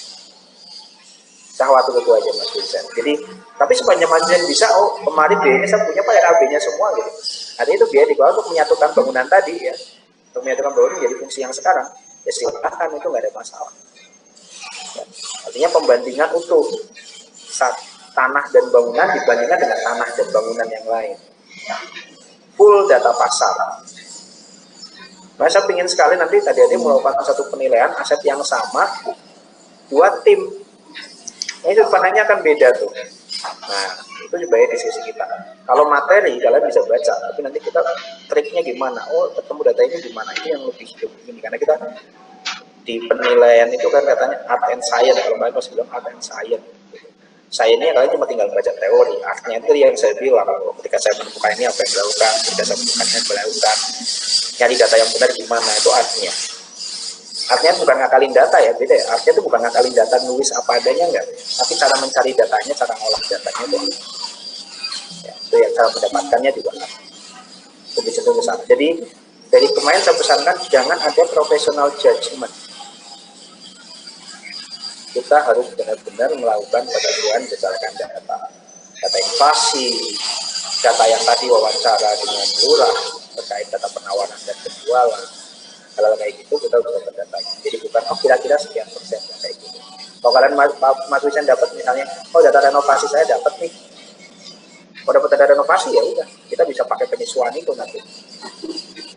Ya, jadi saya tidak bisa memaksakan kalian masing-masing sesuai dengan pemahaman saya, karena yang paling paham properti yang kalian milih adalah kalian, bukan saya. Kecuali nanti saya diajak berkunjung, Pak Eri datang ke rumah saya nilai bareng, maka kita mungkin pemahamannya akan sama. Atau enggak palingnya kita sebanding. Kalau sekarang saya itu buta atas rumah kalian, yang paham itu kalian. Ya ibaratnya kemarin kalian bodoh-bodohin saya pun saya nggak tahu. Tapi yang perlu diingat, listeningnya itu nggak boleh ngasal. Ya. Datanya kalian, ini tadi RAB-nya saya nggak punya Pak, aslinya nggak punya. Terus saya bilang RAB-nya saya punya Pak Eri. Ya udah, bikin sendiri RAB-nya nggak apa-apa. Tapi nanti kalau RAB-nya dapat kayak gini, apa yang saya lakukan itu yang ngunci, Dan kalian ikutin itu karena itu kita pembelajarannya ke sana. Data kalian karang boleh. Tapi janganlah paling enggak, kalian nggak dapat pengalaman sesungguhnya dapetin data kalau kayak gitu. Intinya apa? Data yang kalian sekarang saya juga nggak tahu. Sebenarnya itu, walaupun ya saya biasanya sedikit menguji, beberapa saya random menguji. Misalnya nih, kalian menilai rumah di mana? Gitu. Misalnya Mas Ibnu tadi, Mas Vincent, kan tadi posisinya di Medan gitu misalnya. Kan saya juga minta kalau nggak salah titik koordinat nanti kalau nggak salah untuk identifikasi. Saya akan melihat datanya benar nggak, pembandingnya di mana, ininya di mana. Saya akan melihat beberapa saya uji gitu. Ya beberapa saya uji. Sampling saja. Apakah ketika ini DO ya enggak juga lah. Pokoknya intinya saya beberapa akan uji, tetap akan uji. Jadi sebisa mungkin walaupun saya nyantai ya, tapi pembelajaran ini bukan pembelajaran sifatnya textbook enggak. Justru ini kenapa saya juga suka penilaian, karena memang kayak main-main aja, main ke sini ngobrol nyari data sebagaimana gitu. Kalau buat tidak profit mungkin berat banget ya, tapi ya berarti ini Pak Heri ngasih kesempatan saya untuk menutup kekurangan saya sebagai seorang introvert, karena saya harus ngobrol sama orang ya. Mungkin itu Mas Vincent gitu ya. Ya Pak, makasih Pak. Kelas paling aktif yang selama ini saya temuin. Pak, izin bertanya Pak. Silakan Mas Aljeris. Pak, jadi kalau misalin nih Pak, data pasarnya itu kan rumah yang dibeli cicilan nih Pak. Jadi harganya itu gimana terkait harganya Pak? Rumah apa? Data pasarnya itu dia apanya cicilan Pak dibelinya Pak. Jadi harga untuk rumahnya itu gimanain jadinya Pak? Apa ditotalin harga yang sebenarnya atau sebesar yang dicicil gitu Pak? Terkait data aja Pak. Oke. Harga cicilan. Ini konsep dalam pembelian rumah. Sebenarnya kalau cicilan apa enggak, ini yang perlu diperhatikan oleh kalian ya. Sebenarnya yang membedakan iya atau enggaknya itu adalah bukan di cicilannya sebenarnya. Kalau kas keras kan sebenarnya langsung dibayar di saat ini juga, ya. Artinya pada waktu transaksi dia dijual. Ya. Artinya sebenarnya kalau dia cicilan, dia kan sebenarnya ada KPR, penulisan sama bank. Ya, apakah kita cicilan ditambahin? Ya enggak kayak gitu. Karena ketika dia nambahin cicilan, dia time value value sebenarnya bentuknya kapan harganya? Dia udah melihat kalau mau cicilan maka ditarik ke present value sekarang, itu malah lebih ribet lagi. Kalau ditarik ke present value sekarang biasanya apa ya, more and less sama dengan cicilan, makanya kita pakai data proyeksi. Artinya apa? Jangan mempersulit kalian dengan menggunakan data itu pesan saya. Ya, jangan berjalan dengan data itu. Kalau bilang data cicilan atau enggak, ya kita cicilannya kita kesampingkan, tapi transaksinya berapa? Berapa dijualnya? Kan di akad pasti ada, harganya berapa? Itu ada. Walaupun memang secara umum kalau kita lihat di AJB itu tidak mencerminkan harga yang sebenarnya, biasanya. Contoh saya tuh, beli tanah, harga realnya kalau nggak salah kita 700. Di AJB-nya nggak 700. Sesuai JOP. Ya, kalian harus tahu tuh terkait dengan data-data kayak gitu. Makanya kalau udah lama terjun di penilaian, kita tahu data mana yang bisa saya percaya. Kayak gitu ya. Jadi kalau misalnya cuma iklan, jangan dipakai data iklan. Data iklan itu bukan data transaksi ya. Perumahan baru iklan misalnya, bukan data transaksi. Terus kalau kalian bandingkan dengan tempat kalian, ini yang jadi isu nih. Kalau kalian membandingkan secara utuh iklan perumahan dengan rumah kalian, penyesuaian yang susah adalah menyesuaikan bangunan baru dengan bangunan lama. Karena bangunan lama kalian dibangun tahun berapa, dia jual bangunan baru dengan harga sekarang. Maka kalian akan menyesuaikan selain dengan tanah, luasan dan sebagainya, karakteristik, kalian juga menyesuaikan terkait dengan bangunan. Makanya walaupun dibilang itu bisa, ketika saya tanya, reasoning kalian akan jelimet. Saya sampaikan tadi, saya itu orang yang males untuk urusan jelimet, untuk urusan mempertahankan nilai saya. Makanya saya pinginnya pada waktu penilaian saya pakai data yang simpel, yang memang sebanding dengan karakteristik properti saya, sehingga nanti jelimetnya udah nggak ada di belakang. Jadi boleh pakai data cicilan, boleh, tapi bukan cicilannya. Dan biasanya kalau cicilan biasanya juga bisa rumah baru. Kalau rumah lama nggak ada masalah juga, artinya kita nggak melakukan penyesuaian. Tinggal ada sebanding jenis nggak, ada penyesuaian terkait dengan bangunannya nggak. Nah, ini kalian kalau pada waktu penugasan kalian akan belajar. Pak, maaf juga ribut banget nih di tetangga lagi masak. Masak. Gak apa-apa, Pak. Ya, nggak apa-apa. Terima kasih ya, Pak, jawabannya, Pak. Ya, Mas Aljeris. Yang lain? Izin bertanya. Cewek dulu. Tadi cowoknya udah 2 ya. Cewek lagi. Tadi Mbak siapa? Tanya dulu biasanya. Oh, Mbak siapa? Raihan, Maulida. Oh, Raihan. Ya, Mbak Raihan gimana, Mbak? Pak, sebenarnya saya ini masih agak bingung, Pak, kalau masalah penilaian dengan menggunakan data pembanding, Pak.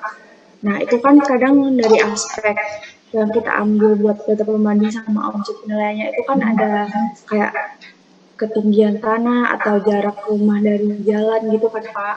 Nah, itu biasanya kan penilaiannya ditentukan dengan presentasi, Pak. Nah, untuk presentasinya sendiri itu gimana cara menentukannya gitu, Pak? Apakah ada petunjuk tetapnya atau ada panduannya, atau kita emang hanya mengira-ngira saja gitu, Pak? Karena sejak dulu kita emang, saya kurang jelas. Terima kasih, Pak. Oke. Nih, saya nggak tahu dulu di penilaian propertinya seperti apa pengadaan properti. Penyesuaian itu tidak wajib menggunakan persentase. Semuanya awalnya menggunakan data yang bukan persentase. Kalau mau pakai persentase gimana? Maka kalian bikin modeling. Sumbernya harus data banyak, ya, kita modeling. Pakai model log-log. Ya, ini secara umum. Kenapa persentase? Ini yang saya terangkan, bisa pakai persentase bisa.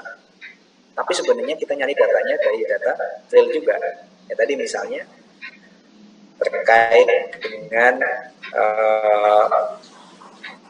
penawaran menjadi jual beli. Yang dilakukan kalian sebenarnya nyari data-data penawarannya berapa, dealnya berapa. Di situ timbul persentase. Ya. Jadi kalau tadi yang saya contohkan adalah terkait dengan penawaran jual beli. Nah, untuk yang misalnya tinggi jalan, kita lebih tinggi apa lebih dari satu jalan, dipahami. Ini juga penilai. Kita harus memahami properti yang akan kita nilai. Sebagai contoh, ada properti di puncak. Di puncak, kan kalau jalan di puncak ada yang misalnya sebelah kiri jalannya misalnya dia itu yang jurangnya, kanan jalannya yang bukitnya kan, lebih tinggi kan, benar nggak?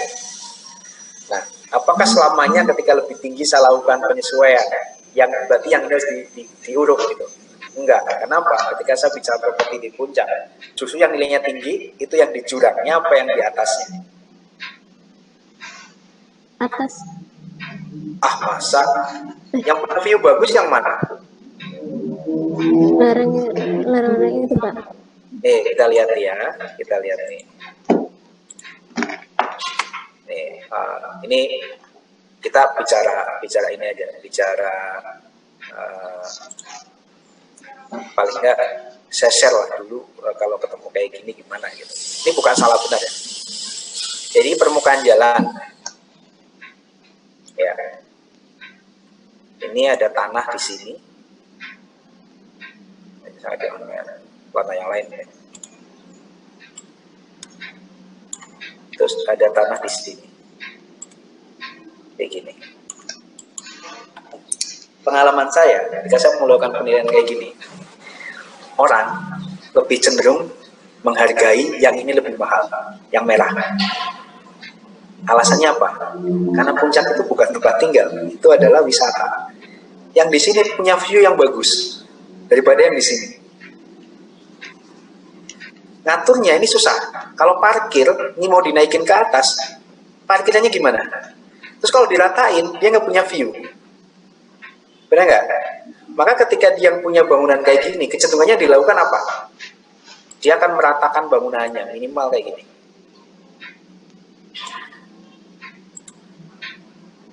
Perlu biaya nggak? Ini perlu biaya. Yang di sini gimana? Enggak, dia bikin pondasi aja kayak gini. Ya, tetap diratakan, tapi dia bukan diratakan di buruk. Ini dulu kan apa? Bikin pondasi, di sini bangun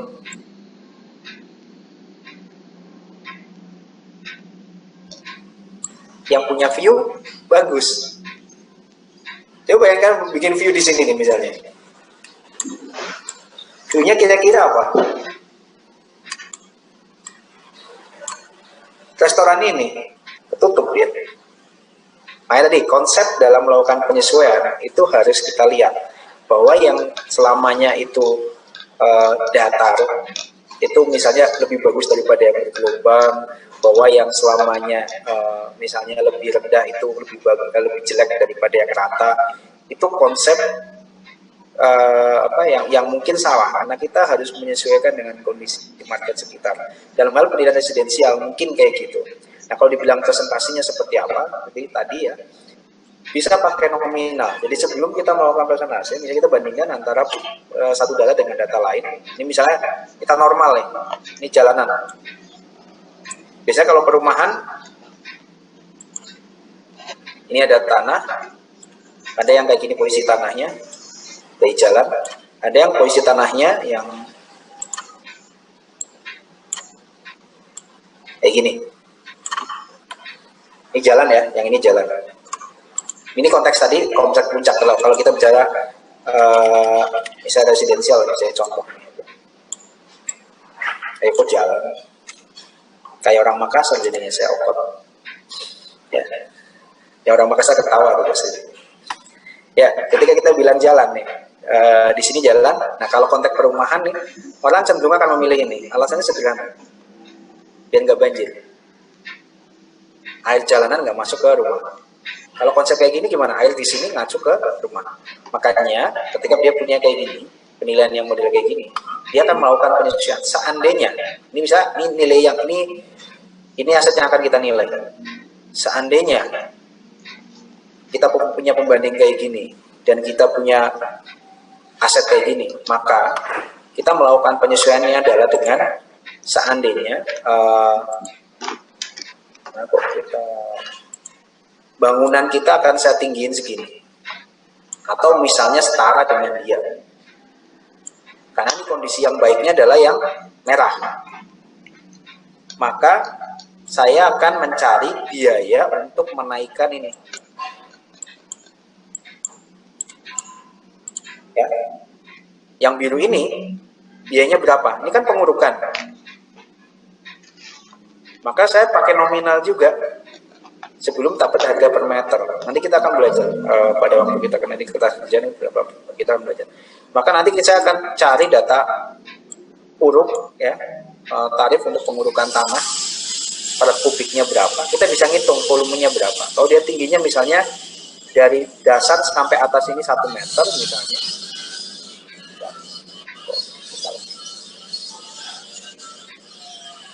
1 M.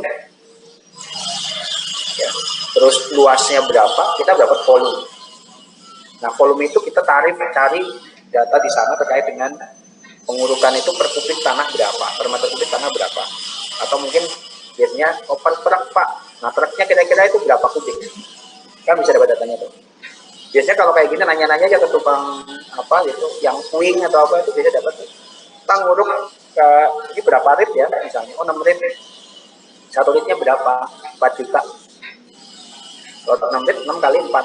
Jadi penyesuaiannya nominal berapa? 24 juta. Gak usah pakai presentasi, gak usah. Mau presentasi, boleh juga. 24 juta dibandingkan dengan nilai aset kita berapa persen. Tapi kalau enggak apa-apa, pakai nominal saja. Ya. Jadi ini yang perlu kalian pahami terkait ini persentase. Persentase itu enggak asal. Lokasi.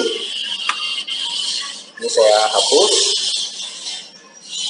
Ini nggak apa-apa ya, kalian menghapusnya gimana saya lupa.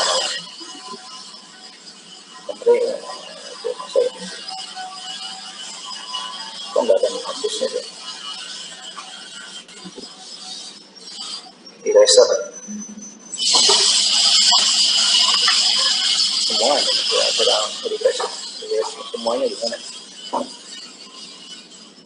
Ini sebagai contoh nih. Ini kalau dibilang persentase Pak, jarak ke CBD gimana sih gitu. Kayak contoh, ini juga contoh aja. Dan ini pernah dilakukannya juga apa? Saya pernah ngitung juga misalnya. Misalnya ini CBD.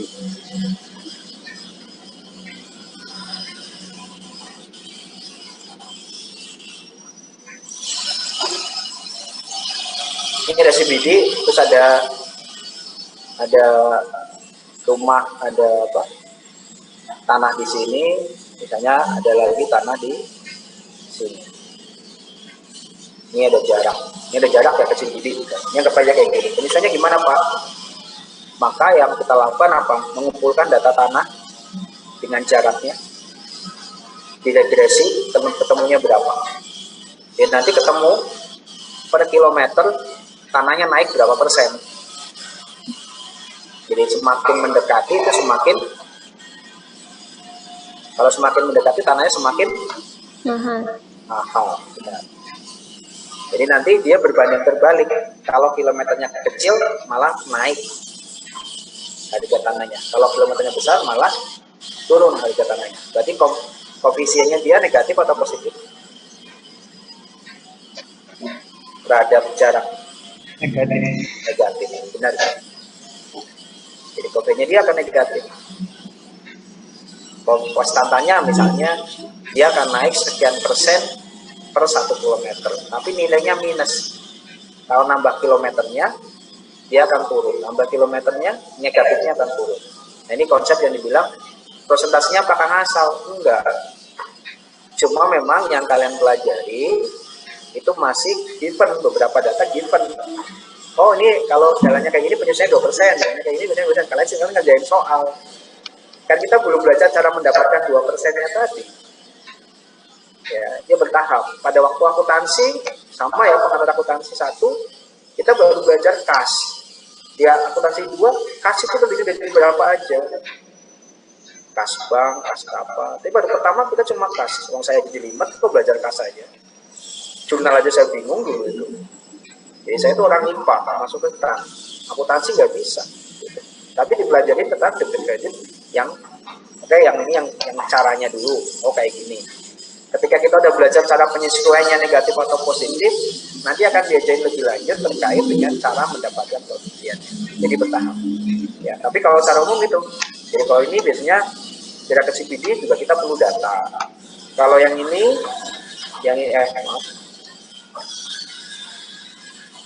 yang satunya lagi, yang ini kita perlu data juga. Jadi makanya yang tadi ingat ya, saya penilai yang malas, saya cari data yang sebanding dan sejenis. Misalnya saya nyari data pembanding, saya mau malas nih nyari data yang CBD, saya cari pembandingnya yang dekat sini aja. Saya pembanding yang dekat sini aja. Gimana data CBD-nya relatively sama.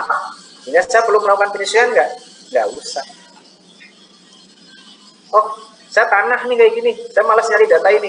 Ya saya cari pembanding juga yang model apa? Saya nyari data pembanding yang sama juga, yang pembandingnya yang di bawah ini, yang kayak gini juga data pembandingnya. Biar apa? Biar saya nggak melakukan penyesuaian. Tapi terpaksanya kita nggak punya, ya kita melakukan penyesuaian. Itu yang barahan dari semuanya nggak pakai perasaan. Kalau pakai perasaan ya ambiar nanti kan ya. Apalagi kalau pakai perasaan, aduh, perasaan saya mahal, enggak kalau saya mahal. Perasaan saya harusnya dia suka sama saya gitu, ternyata enggak gitu kan, susah. Jadi kita tetap pakai parameter yang bisa dikuantifikasi. Ya, nanti kita satu-satu belajar nih, saya coba memahami. Kalau bahasa komikanya keresahan kalian dalam melakukan penilaian, keresahannya apa aja sih gitu.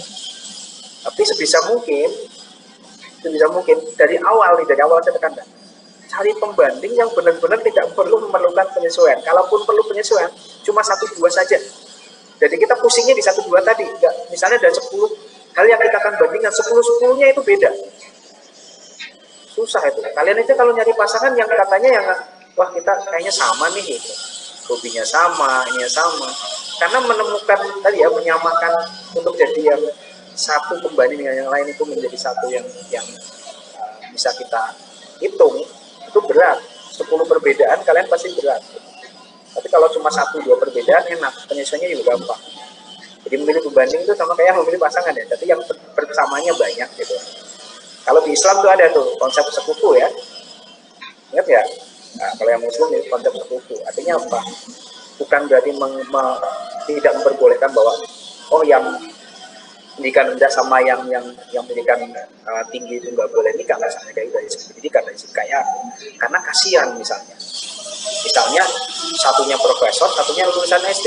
Ini saya nggak mendiskreditkan pendidikan. Penyesuaiannya itu akan berat. Profesor udah ngomongnya udah kayak gimana, yang SD lulusannya cuma kayak gimana aja. Makanya kalau sekarang kayak gitu Pak Heri pengennya satu angkatan aja. Ya udah kalian mulai sekarang nyari yang satu angkatan aja. Biar penyesuaiannya juga gampang. Ya. Sama juga ini. Ya. Cari yang simple. Keep it simple. Oke. Yang lain? Izin bertanya Pak. Oh iya Mbak Nabila udah ngantri ya tadi kayaknya nih. Ya Nabila, silakan Mbak Nabila. Ya gini Pak, kalau misalkan kita mau nilai ini apa perumahan yang memang sama persis misalkan beda perumahan, tapi kalau dari mungkin kata Adriel tadi sama developernya, jadi agak mirip-mirip gitu Pak.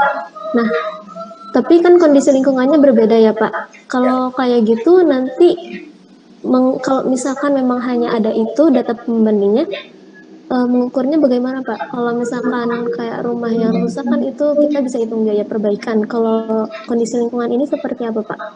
Terima kasih Pak. Oke. Kondisi lingkungan itu berpengaruhnya ke harga tanah apa harga bangunan? Tanah Pak. Tanah. Berarti kira-kira penyesuaiannya ada di tanah atau di bangunan? Di tanah Pak. Ya. Karena ketika misalnya ya kita bangun rumah 2 lantai dengan spek ABC di lokasi yang dekat dengan mall, sama membangun 2 lantai dengan ABC dekat dengan Bantar Gebang, kira-kira biaya membangunnya kira-kira sama apa enggak? Sama. Tanahnya yang berbeda. Berarti ketika punya 2 perumahan yang tadi, satu di A, satu yang di B, dari segi bangunan mungkin kita tidak melakukan penyesuaian karena speknya sama, modelnya ternyata sama persis. Tapi dari tanah, nah, kan harus melakukan penyesuaian. Jadi kita fokusnya di penyesuaian terkait dengan tanah. Lokasinya dia, karakteristik tanahnya, mungkin luas tanahnya juga berbeda. Karena walaupun sama-sama tipe bangunan 56 misalnya, atau 45, tapi tanahnya bisa aja beda. Maka keluasan kita akan melakukan penyesuaian. Lokasi, yang menjadi lokasi apa? Berarti kita cari data pembanding juga untuk tanah. Ya, artinya rata-rata di sana tanahnya berapa? Karena yang akan kita sesuaikan adalah tanahnya. Ya, terus apa lagi? Selain lokasi, ya, tadi lingkungan, kita mau wakil lingkungan itu apa? Aksesnya, ya tadi yang dibilang jarak ke CBD-nya. Karena kan kesulitan di sana. Ya itu saya bilang. Kalau tadi, mana sih tadi ya saya masih ada. Kalau tadi saya disuruh untuk melakukan penilaian, pembandingan tipping yang di sini, satunya lagi saya yang akan saya nilai dengan kuning, maka sebisa mungkin saya akan nyari yang dekat tanah. Karena apa? Karena dia tanahnya kan sama. Ya. Terus kedua, kalau dia perumahan yang memang di tempat lain kebetulan juga sama, tapi dia baru, maka penyesuaian yang dilakukan juga penyesuaian terkait dengan usia bangunan itu sendiri. Dan itu kalian akan berat juga. Kenapa berat? Karena ketika kalian bilang di sini nilainya adalah 500 juta, misalnya, berapa nilai kita? Ada hal lain yang saling menutupi, misalnya, Pak, tempat saya juga 500 juta Pak sekarang gitu. Tapi ingat, di sini mungkin 500 juta itu akibat kenaikan harga bangunan, bukan harga tanah. Jadi dia mensubsidi nilai tanahnya rendah, bangunannya tinggi. Jadi dia bisa sama dengan ini. Di sini nilai tanahnya tinggi, bangunannya rendah. Makanya saya kalau kayak gini, saya kecenderungannya, makanya kita bilang keduanya, bukan berarti nggak boleh. Tapi benar, yang ini saya nggak pakai.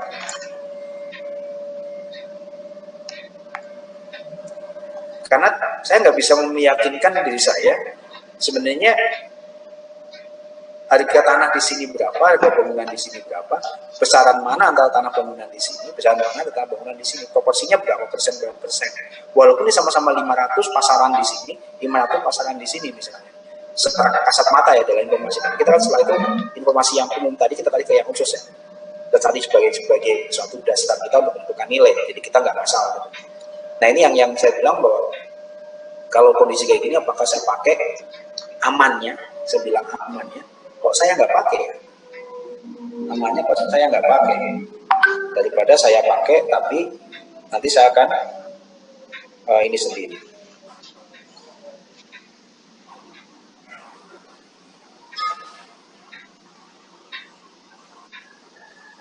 Sebentar saya ini dulu.